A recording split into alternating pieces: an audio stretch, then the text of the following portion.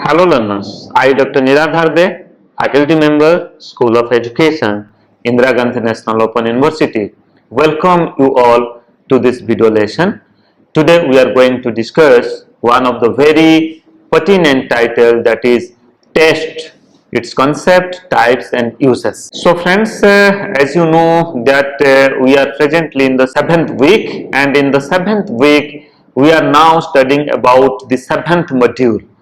The title of the 7th module is Tools for Assessment and Evaluation, and in this 7th module, in the module of Tools for Assessment and Evaluation, two video lessons are there.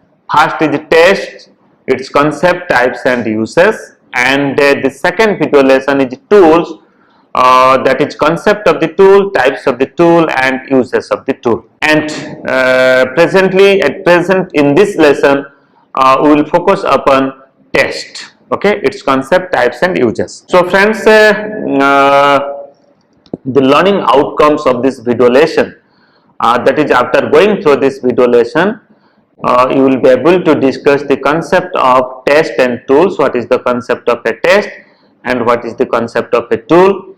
Then differentiate between paper, pencil and oral test, the concept of paper pencil test and oral test, and what is the difference between these two. Then you will be able to explain the concept of aptitude test, their types, uses and limitations.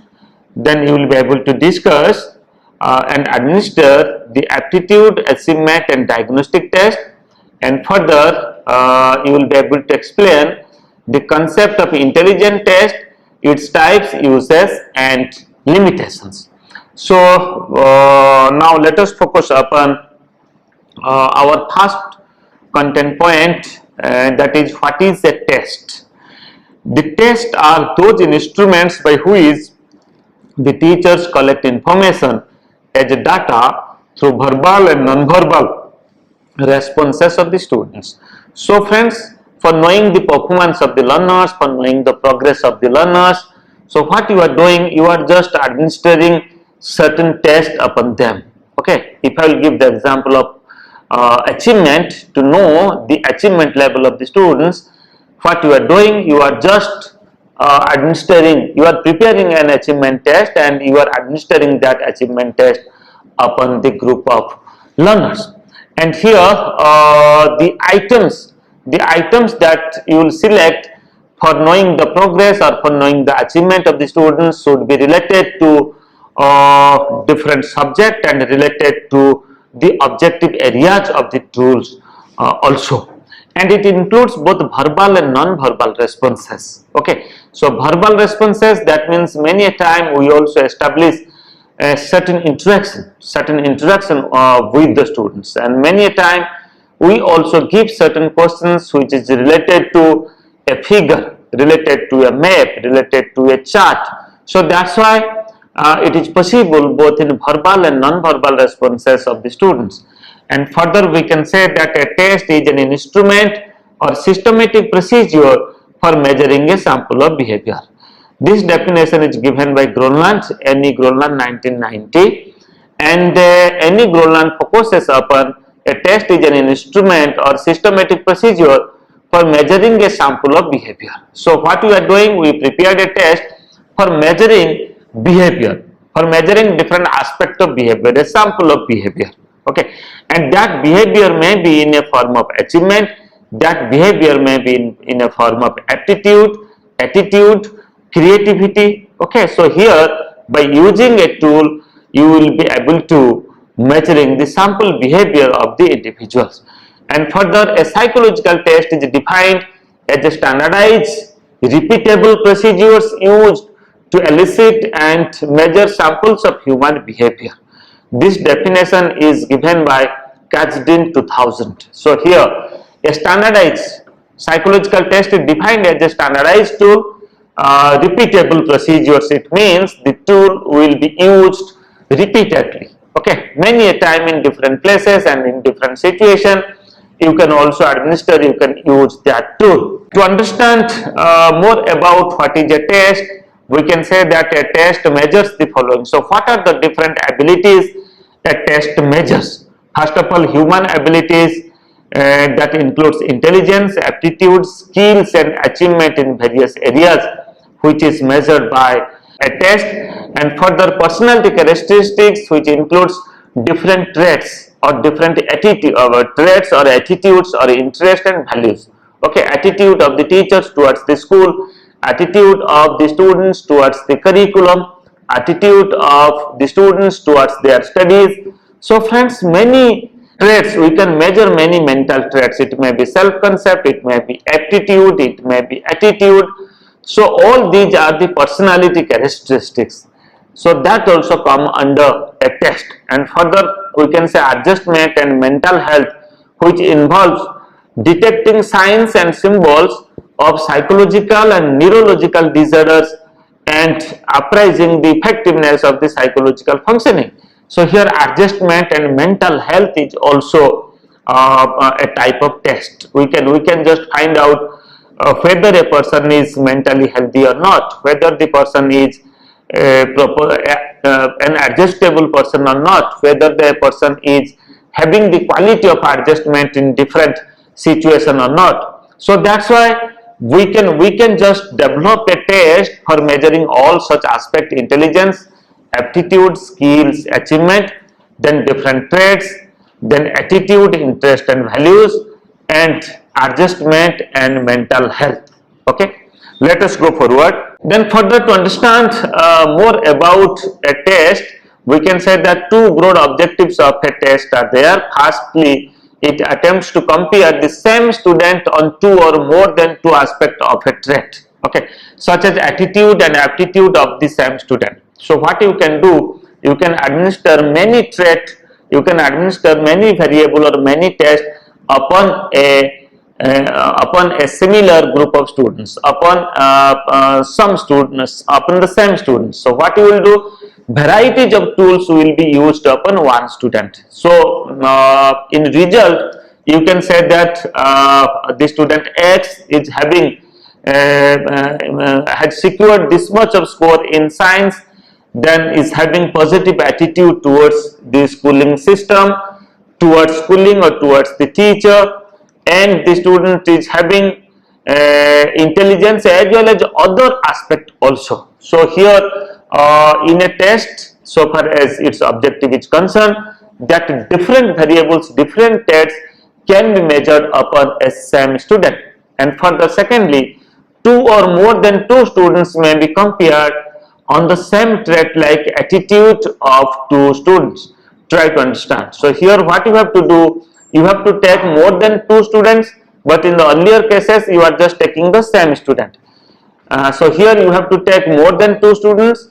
Then what you have to do, you have to administer the same tool or the same test upon the group of students. Okay, and you will compare so far as attitude is concerned, so far as achievement is concerned, what is the performance of different students. So in both the ways you can do it. You can administer many tools upon a same student, and you can administer a single tool upon two students so far as better comparison is concerned. Then further, so far as paper pencil test is concerned, we can say that these are the certain tests that can be done by using paper and pencil, that is attitude, intelligence, subject wise criterion test, then achievement and aptitude.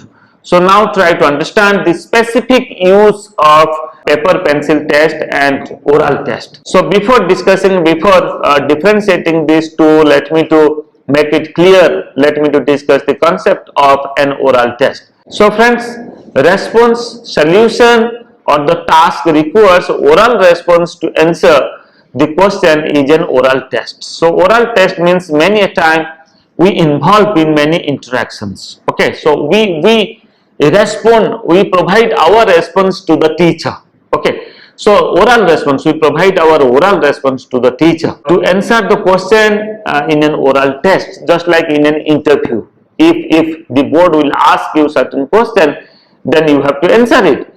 And further, teachers conversation with the students for the purpose of assessment, assessment component of viva voce examination. So here try to understand, here the viva voce examination. So when teacher conducts viva examination, it means teacher's conversation with the students are happened, and this is an example of the oral test. And further we can say figures, diagrams, charts, maps, models, signs, etc. can also be used for asking students to explain the concept covered in it. So many a time in oral test, you see, the test will not given in pen and pencil just like the universal use of the test, but here what you have to do, instead of giving pen and paper, you can just give the question in terms of a figure, in terms of a diagram, in terms of a chart, map or muscles. Okay, so here maps, models and signs, and here the subject or the students will go through the figures and they will give their response. They will analyze it, they will explain the figure and they will give their response. And further, oral test have prepared most valuable when used with students having language disabilities, the illiterates, shy feeling and young children. So many a time you will find that when you want to collect certain data from the language disabled learners, from the illiterates who are not able to write, who are not able to read, better what you will do, you have to interact with them, you have to ask certain questions to them. And many a time shy feeling and young children, you will find that few children, they are not coming contact and they are not talking, they are not comfortable, to write. Okay, so for them what you have to do, you can also use upon them an oral test. And further, oral testing is particularly important in language classes because spoken language plays an important role to express oneself. Okay, to know the language ability skill, you can also use the oral test so far as language classes are concerned. Then further, now let us focus upon the aptitude test. Aptitude, what does it mean? Aptitude tests are used to predict the future performance of the students on different criteria and abilities. To know the future performance, that means let the students or let the children are having certain abilities, whether how to know those abilities, how to know whether they will do better in the future. So that's why we have to measure the aptitude.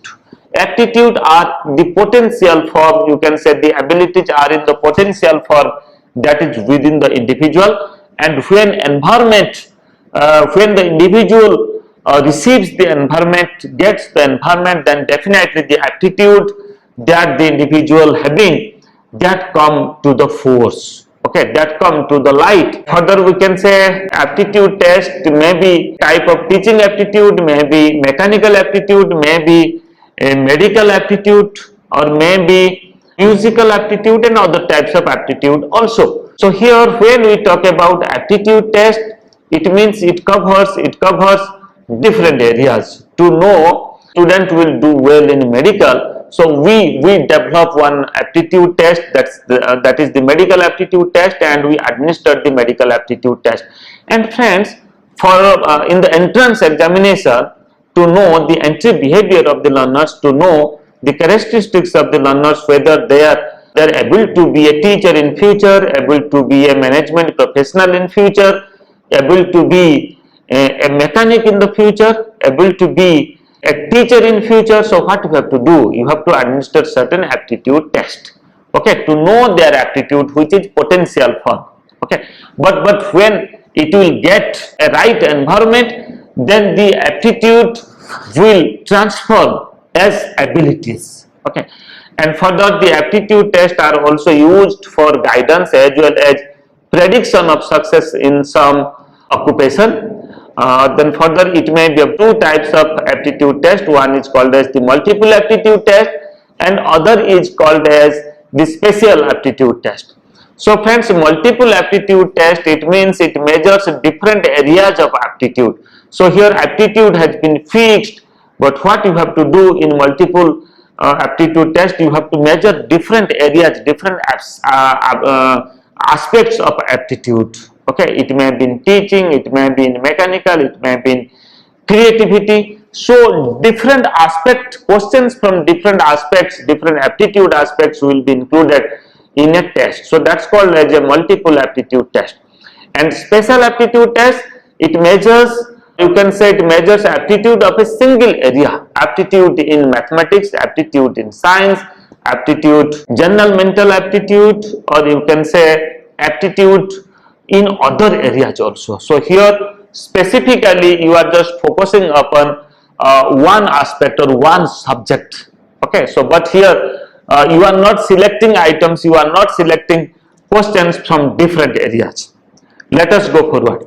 Further, to understand about achievement test, we can say that achievement test can be used for the following purpose. First of all, to know the learning progress of the students, to check any weaknesses in the instructional process, to formulate learning objectives and provide an easy measure of critical examination of the content and the models of teaching. Then for the methods of teaching, further to adapt the instruction to the need of the individual learner, and the last can say purpose is to know the effectiveness of any academic program. So here what you have to do to know the purpose of the achievement test, first of all you can use it for measuring the learning progress, for knowing the learning progress, knowing the weaknesses of the students, where they are facing difficulties. Then it is based upon certain objectives. To know the effectiveness of any program also, we conduct achievement test. And further, achievement test can also be classified as general achievement test and special achievement test. General achievement test is called as a achievement test battery. That means here you will find that questions are taken from different areas. It may be from reasoning, it may be from general knowledge of general awareness, it may be from language skill, and it may be from, you can say, from other subject areas also.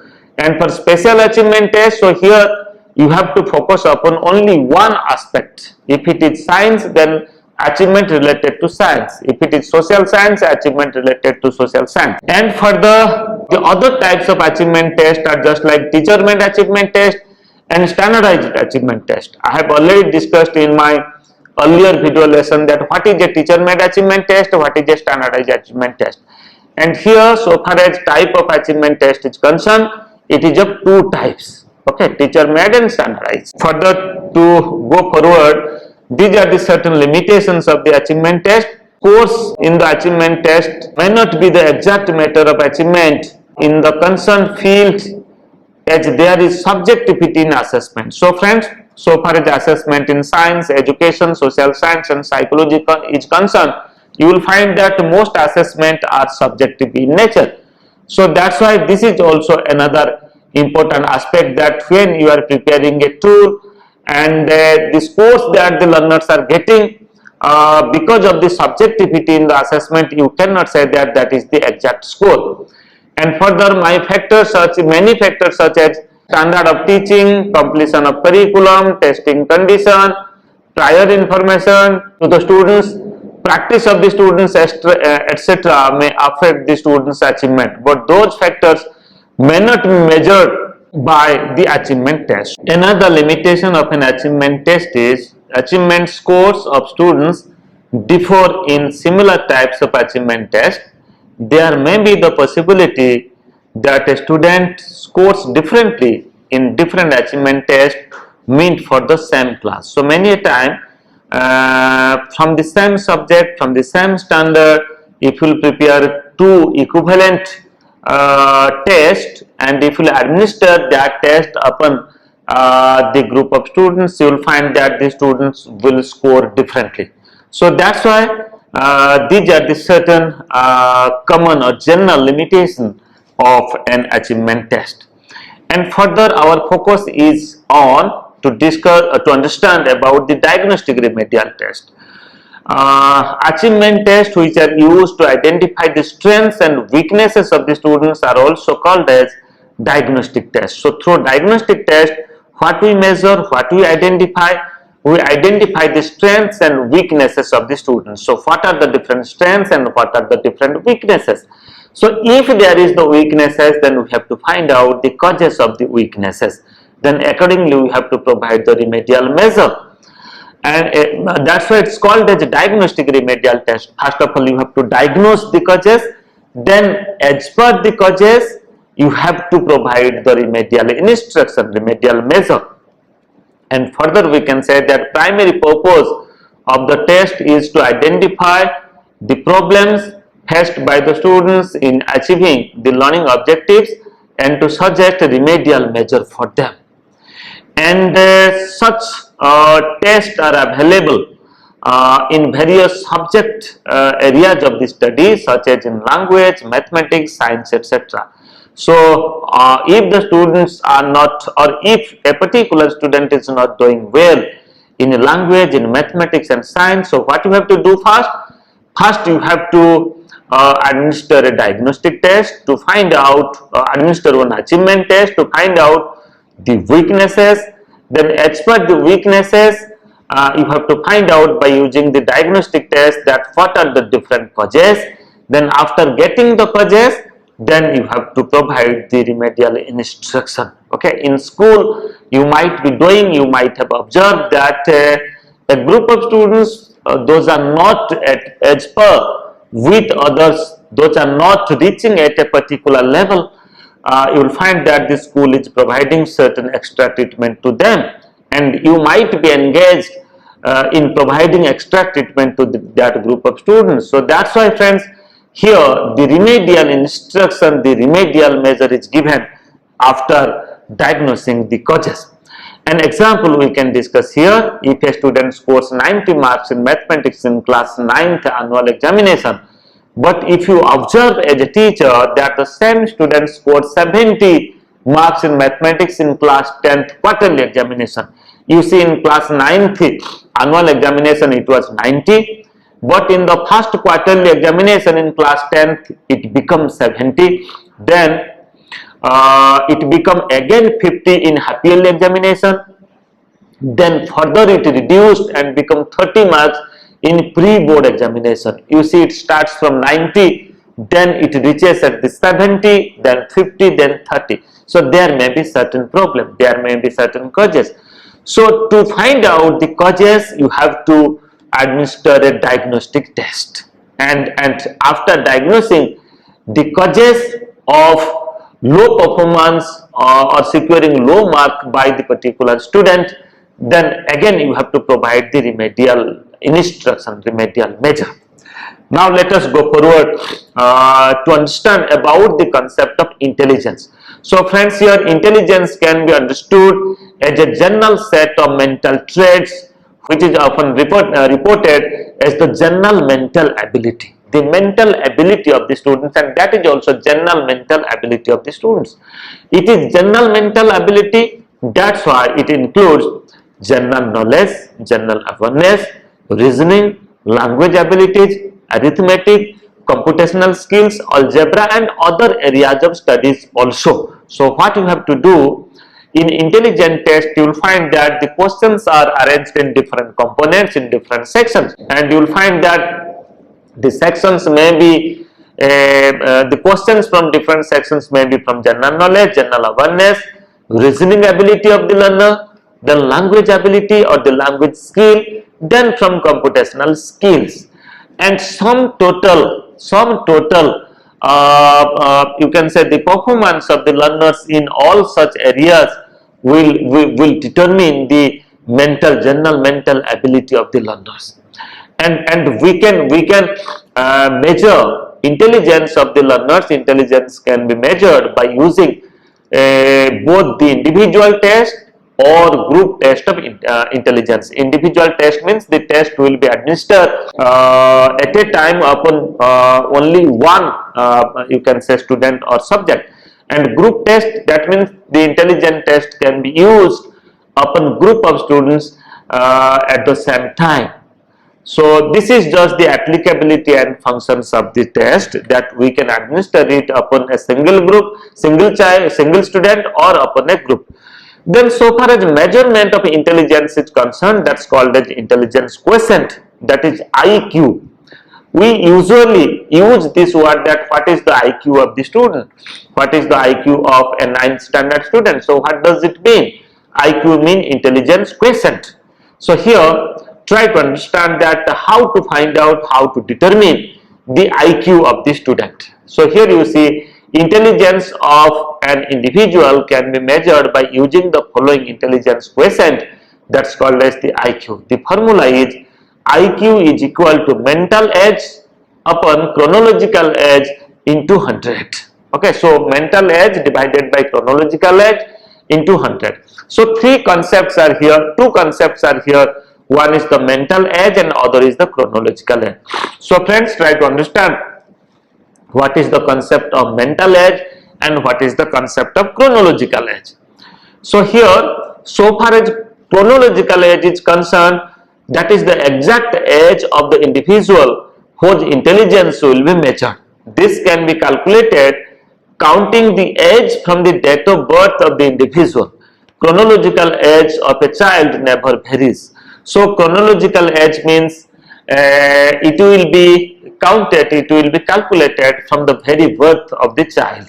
Okay, from the very birth you can just calculate whether the child is at the age of 10, at the age of 12, whether the adolescent is at the age of 16 or at the age of 17. That you can count. That's the exact age of the child. That's the chronological age. But it never varies, because the calculations of chronological age are done from the birth. But mental age varies. Mental age is calculated by comparing a child's obtained score from the intelligence test with the average score at his or her age level. Just like you have administered a test and let an intelligence test for 8th standard student, or for, you can select for 14th age group student. So 14th age group students, what should be the average? What should be the average intelligence? Okay, or let in an achievement test, let the average score is 70 in a test of 14th age group student. If a particular student achieves 70 in that test, then you can say that his or her mental age is 70. But many a time you will find that a 14th age group students is not able to score 70, or a 15th age group student is also not able to score 70. So that's why here mental age may be vary. Okay, a lower age student, if he or she is able to solve the problems or the questions or the test which is meant for a higher age group, then definitely mental age will be more. So a chronological age of 10 years of a child, his or her mental age may be less than 10 or may be more than 10 also. If the mental age is more than the chronological age, so far as the formula is concerned, MA by CA into 100, then intelligence will be more. And if mental age is less than the chronological age, then intelligence will be intelligence of the child will be less. Then further, so far as interpretation of IQ is concerned, we can say that the intelligence quotient score range is, if it is under 70, we can say that he or she will come under the category of feeble mindedness, and if it is within 70 to 79, then it is in borderline. If it is 80 to 89, it is in dullness. If it is 90 to 109, it is in the category of average or normal, and if it is 110 to 119, then is in the superior category. If it is 120 to 140, then very superior group or category. Then if it is over 140, then you can say that the child is genius or almost genius. So friends, accordingly you can find out the intelligence or the IQ of a test by administering intelligence test, okay, by defining the mental age as well as the chronological age.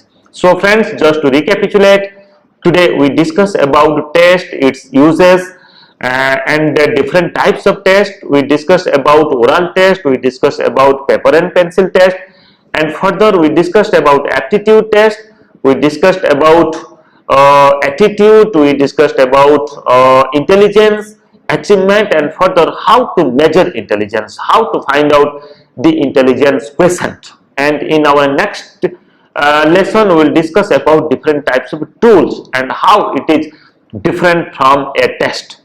So friends, for further queries you can write to me niradhar@ignou.ac.in. You can make me a telephone call.